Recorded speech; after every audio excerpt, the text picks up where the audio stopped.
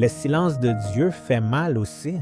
Il y a des prières qui renvoient aucun écho, des mots murmurés à voix basse dans des chambres fermées pendant de longues nuits et il ne se passe rien. On crie, on demande, on insiste, mais le silence pèse lourd. C'est comme composer un numéro d'urgence et n'entendre qu'une tonalité morte, là. Ça fait mal parce que c'est pas qu'on manque de foi, c'est qu'on a besoin d'un signe, d'un mot, de quelque chose qui nous parle. La Bible n'ignore pas ce silence, au contraire, elle le montre sans faire.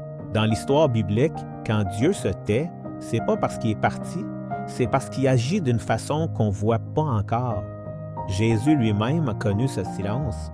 Il s'est-tu face aux accusations, il s'est-tu sur la croix, puis on aurait dit que tout le ciel s'était tu aussi. Mais ce silence-là n'a pas été une défaite, c'était le chemin vers la victoire.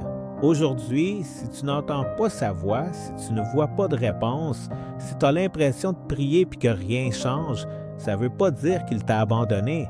Dieu continue de te soutenir, même quand tu ne le ressens pas, même quand tu ne le comprends pas. Son silence n'est jamais une absence. Voici des paroles de vie. Je suis avec vous tous les jours jusqu'à la fin du monde. Matthieu 28, 20.